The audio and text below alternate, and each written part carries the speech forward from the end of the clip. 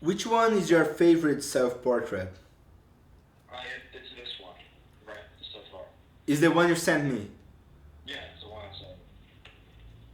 All right, that's cool. I did self-portrait, and I just feel like doing self-portraits really is something that is not like a coincidence. Is coincidence Yeah. a word in English or just in Portuguese? You can talk in Portuguese if you want to kind of describe that, but I won't be able to reply on that. No, but I mean like a lot of art masters, the greatest, they do self-portraits, and Yeah, it's survey not artists. just because it's easy. It's not just easy in which way. You just need a mirror, or in these days, camera. Yeah, So and with digital art, doing a self-portrait became that easy, you know. But in practical ways, not in the art sense of it. Because in the art sense of it, I feel like when you do a self-portrait, you're not just looking to everything you represent through art. You're not just getting what this is. You are getting what this means to you. So when you look to yourself and get it done, the work, the art, you just you just have a very unique and what is it called? Uh, very beautiful self portrait. yeah. I kind of lose the words, but you got the point. I think suffering creates good art, and Suffering creates art. suffering, suffering does create great art. Right. And but also, I just want to find a sustainable way, just being a stable self and making good art. You know, I think deep reflections, even at times you're not suffering, can and will be able to create art. And I want to create something that people just walk in and look at a painting and they start crying for no reason. And I was not and that painting was not about like suffering or anything. It's just something beautiful, you know. That's my goal as well. I feel like I just wanna make people cry seeing my I art. just want to make I just want to make people feel alive. Oh, cool. I think Yeah, I think I would like to like make people cry.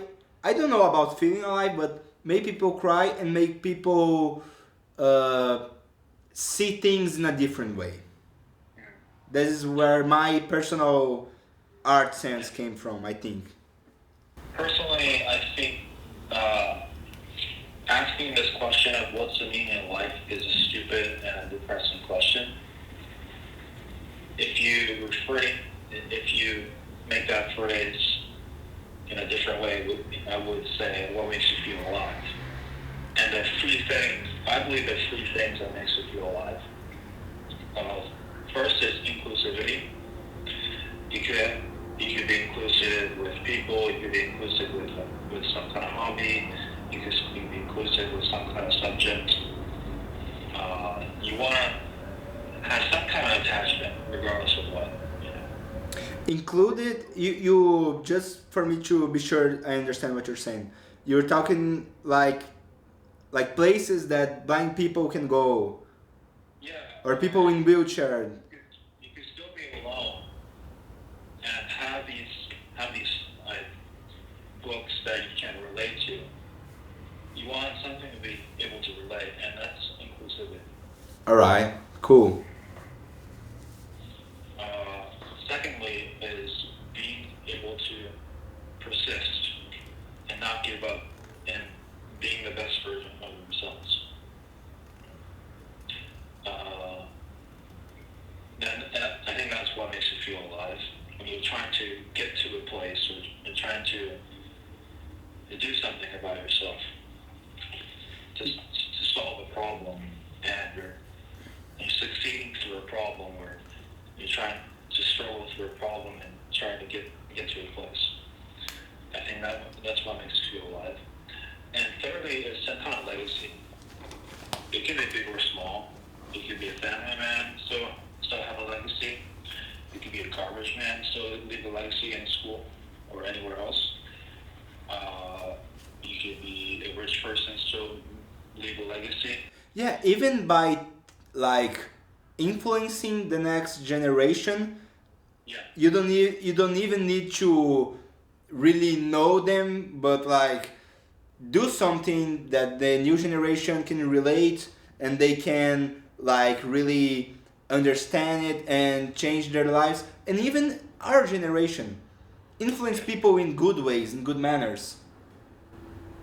And if we go all the way to what legacy means, is creating something that you won't be remembered for, but people will use it for generations, and that's what Kanye so wants. Kanye West? Kanye West, Cool. not Kanye West. Yeah, I asked like if I know any other Kanye's. Yes. So I am influenced by these people that are controversial and all that, but I try to take the good things and try to apply that. You know, people when they get out of school, they forget to apply things. What? And Sorry? people forget to apply their knowledge into real practice. So yeah, I'm not like an avid reader, but I'll read like one to three pages, and I try to apply that concept in real life. It might take a week to master it, it might take years to master it, but you know, I take that piece of information and try to apply it in real life. And that's what makes me feel alive when I do that. You know.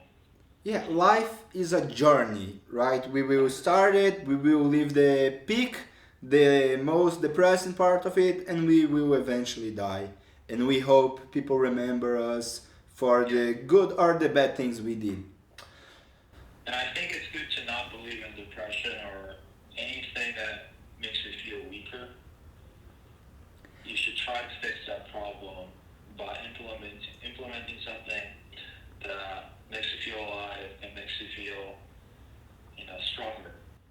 Yeah, You're I gonna mean, to persist through the problem and not feel bad about it. You might feel bad about it temporarily, but yeah, like everyone will have problems and everyone will have like sad times because even if you are like studying what you like, going to the school you like, working your dream job, having a partner that you really love, in your daily, in your week, you're gonna wake up. Everything has rhythm. Rhythm. Did yeah, you understand what I say? Rhythm? agreement. No, no, no. Like, oh damn it. Ritmo Uh, in Portuguese. Ritmo is like feel it's like the tempo of the music. Is pause. yeah, the pause is like the waves. They come and they go and they Yeah, come yeah. and so is the low point and the high point. And you can't escape that. You will never be happy for a whole month interruptedly. Yeah, as long as we're on Earth, we're living as yin and yang. We're kind of in this bipolar world, good and bad. Right, left, down, up. Yeah, it's just like that. But some people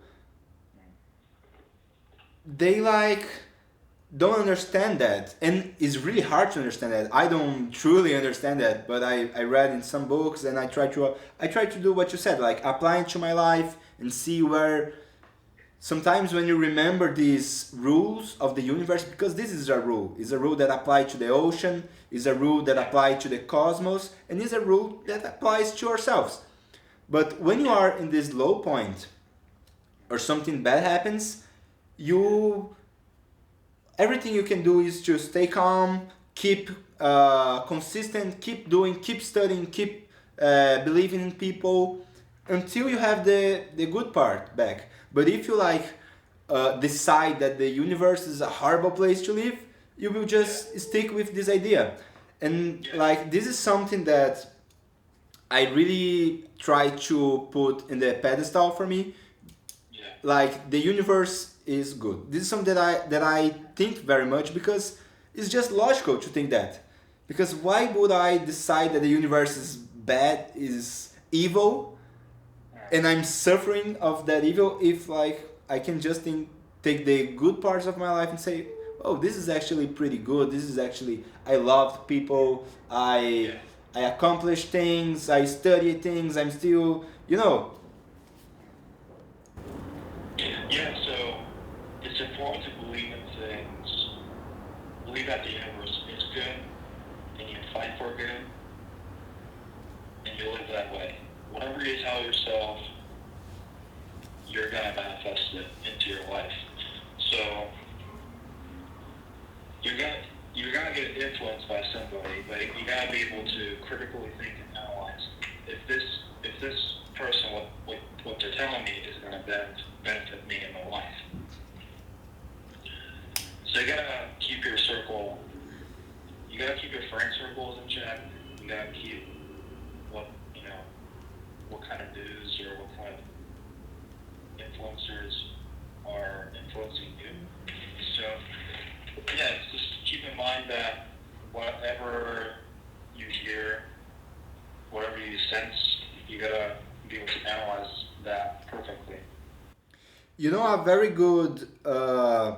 a very good thing that I saw the other day, a video on YouTube, a Yeah. very helpful video. The guy said is a Brazilian content creator, and he said that stop talking bad things about people. Yeah. Stop uh, focusing on the bad things you see in the world, Yeah. because if you really want to change that, you won't change that just by hating it. You need to Yeah. be the change you want to be in the world. So if you are someone who are hating the bad stuff in the world, like, good for you. You're just like feeding this feeling of hate in your heart. You're not like improving necessarily. Yeah. And like the point of it is that people spend most of their time doing that. Yeah. Definitely. Yeah. Another thing that makes a point with this is the connections we can make with people, because like we were talking about talking to strangers, there Yeah. is things that connect all of us. So a point of interesting in common. This is something. So if you are the example I gave, you go out, you went to the movie by yourself, you watch the movie, you go out, you see all these people with someone, and you just things like, oh, I really want to talk to somebody. You just go and talk to everybody. If you talk to everybody, at least one person will go talk to you, because you're not just saying like, hello, I don't know you, you don't know me, but I really want to talk and I really want to have friends and no, no, no, no. This is bullshit. You're gonna come to them and say, the movie was awesome. Then the conversation is started. It's like 100% guaranteed. That in some point, not everyone, because we need to see the failure as what it is, an experiment. Yeah. So that's why if you are afraid that someone will reject you, Yeah. you will not go talk to anyone, because Yeah. oh my god, I need to find the perfect person to talk to me and the person who have the interest. But the thing is, if you really want to talk to someone, you need to try to talk to a lot of people before you really get someone that is interested in having a conversation, that will have the same interests of you, but this person is probably in the room. Definitely. Yeah, so I did that. So I think I was in Las Vegas and I watched Barbie. And then after the movie, I approached strangers and say what they thought about the movie. And most people will say, I like it or I don't like it. And they don't really go into these philosophical realms of like, what did Barbie teach me? Or what kind of observation I got from Barbie. Personally, I thought Barbie was kind of autistic and tried to learn what the real world was about. She tried to apply those rules within the Barbie world after she came back from the real world.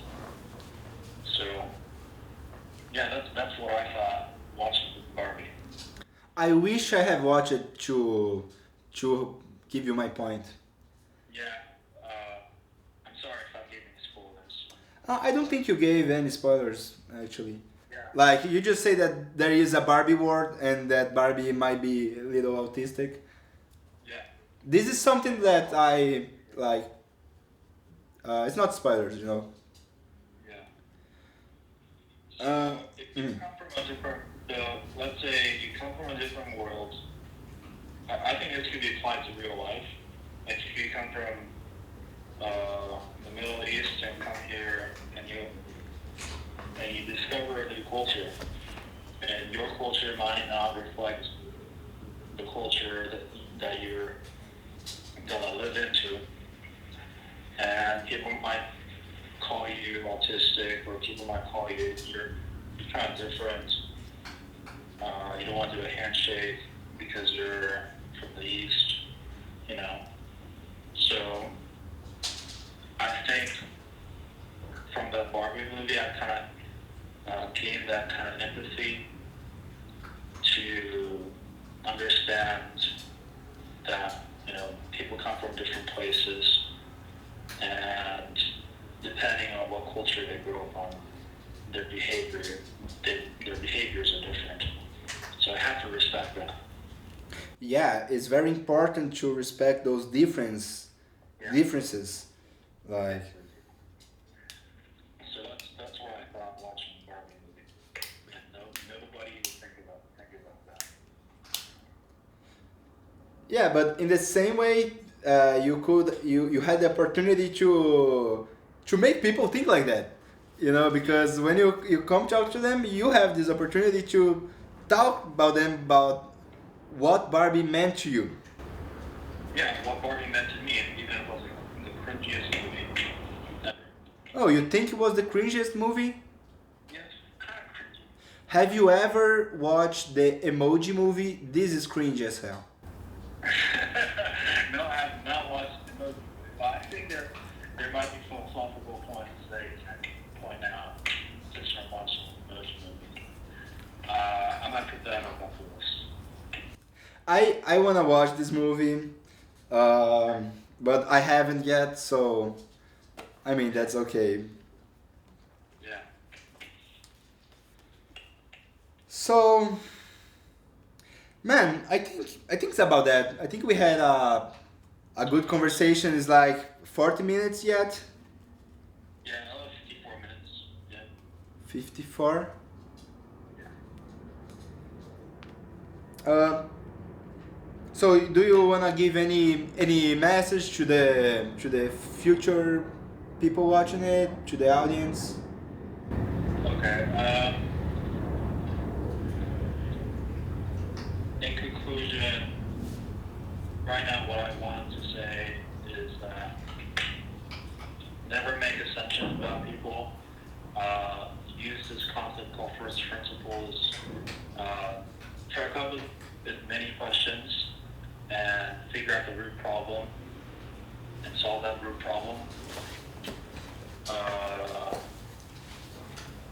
And question yourself what makes you feel alive instead of saying what's the meaning of life.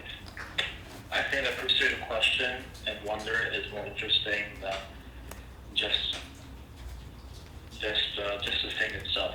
And don't put yourself down like talking shit about yourself. I hate when people say like, "Oh, I wanna die. I wanna kill myself because of stupid Yeah. things." Don't be in that imposter syndrome state. Yeah, definitely don't do that. I actually have another question for you. What is the question? What is your relation to bossa nova? When it came up to you in your life, what happened? Why? Bossa Nova, yeah. So when I was little, I was listening to a lot of J-pop because of my mom. What you was listening to? Sorry? J-pop. J-pop. All right. J-pop has like samba, jazz influences, and J-pop would be Japanese pop. Japanese pop. I grew up in Japan.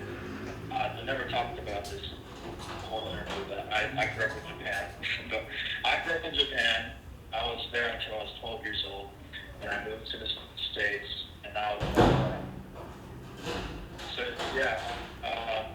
When I was younger, my mom would blast J-pop in the car, and I'll be vibing, you know. So I think that's when I heard some of the samba and bossa nova influences, but I didn't really know about it until I reached high school, and met these musicians in high school and talked to me about jazz and all this bossa nova stuff. Um, yeah, so that's where I got the bossa nova thing.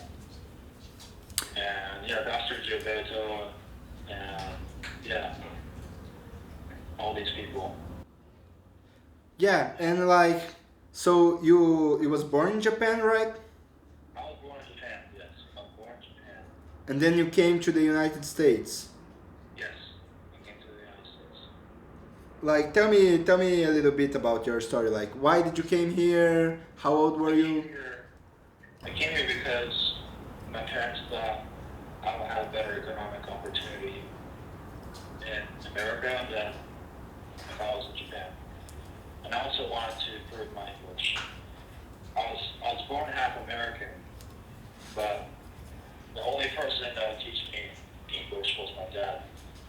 And I would go to like a Saturday English club back in Japan.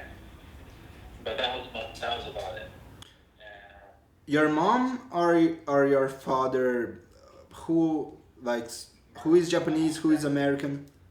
my mom's Japanese, my dad's American. All right.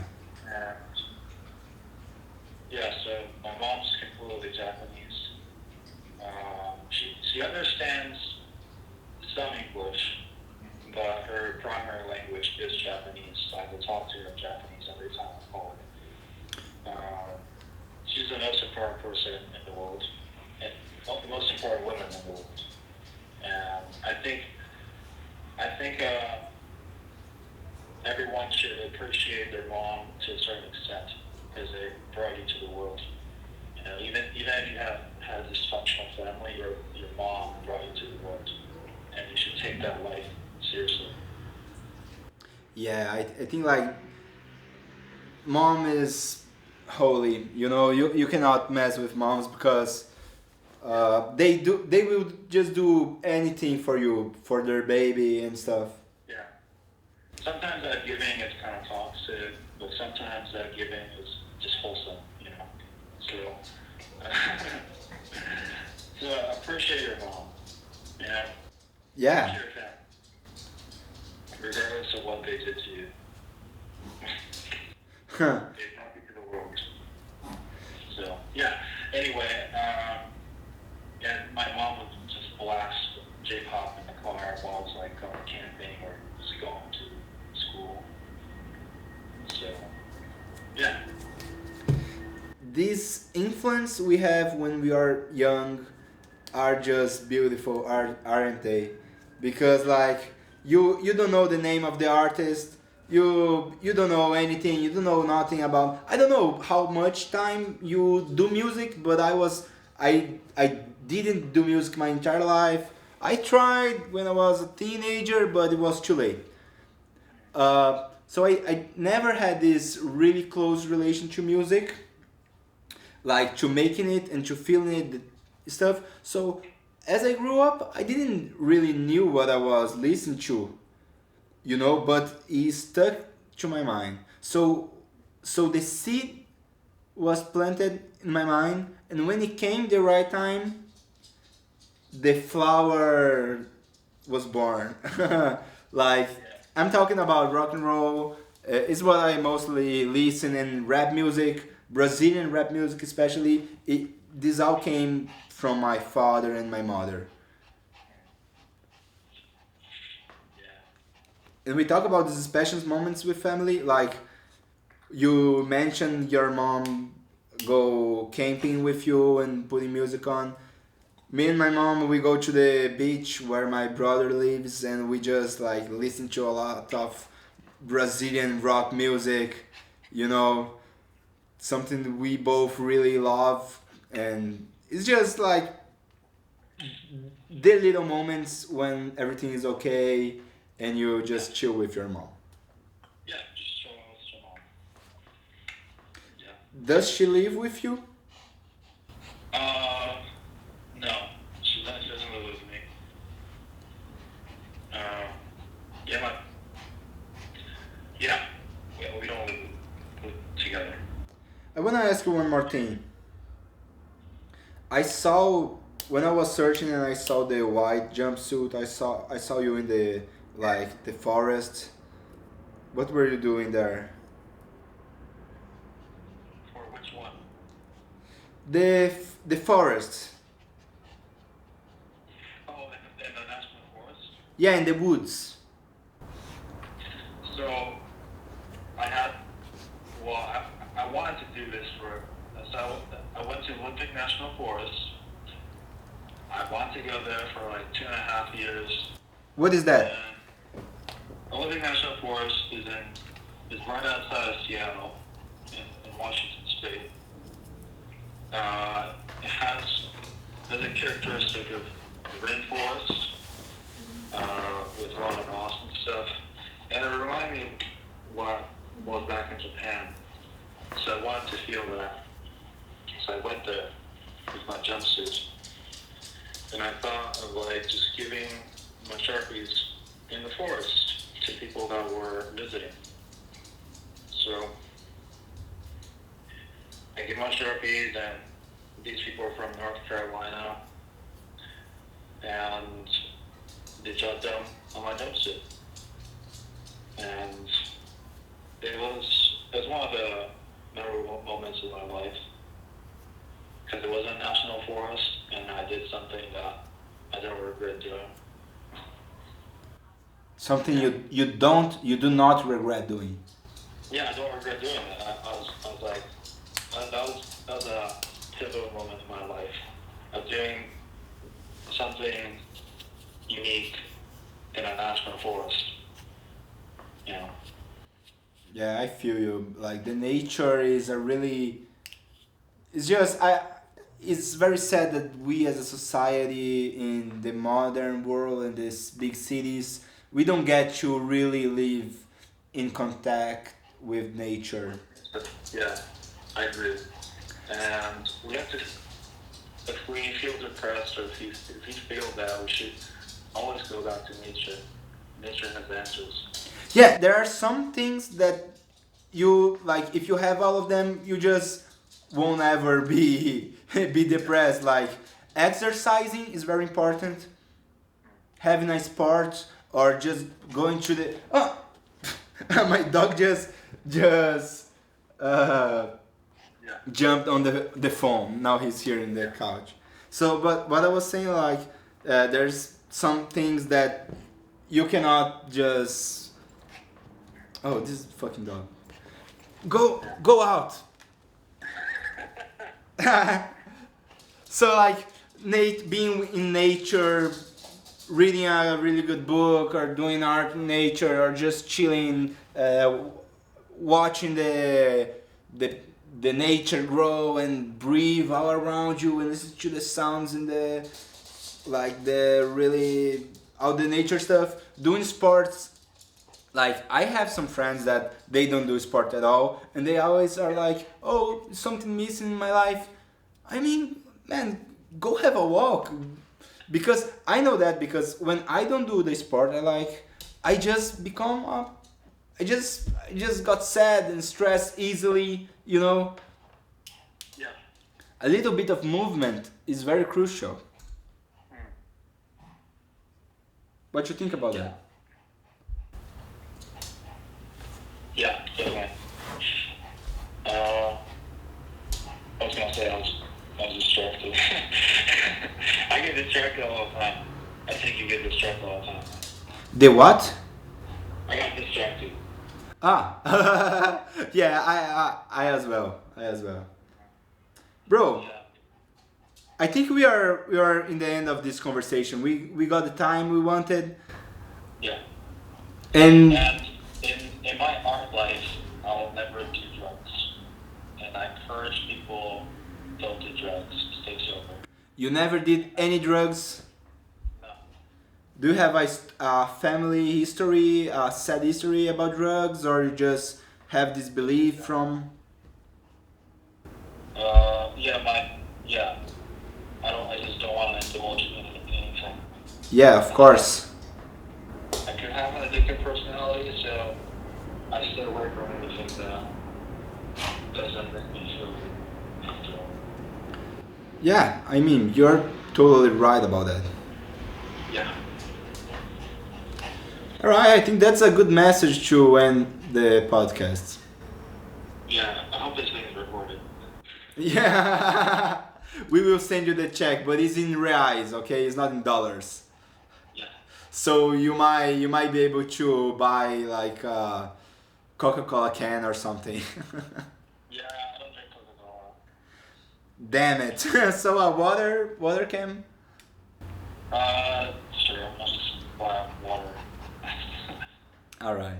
So thanks for watching, everyone. I'll be Good thing, yeah. I will be doing more episodes, bringing more people to my show. This is Kento Sky, the guy I met in Burbank with the cool name. Is Sky really in your name? Yeah, Kento Sky, like that's my actual name. All right, that's cool. So see you next time.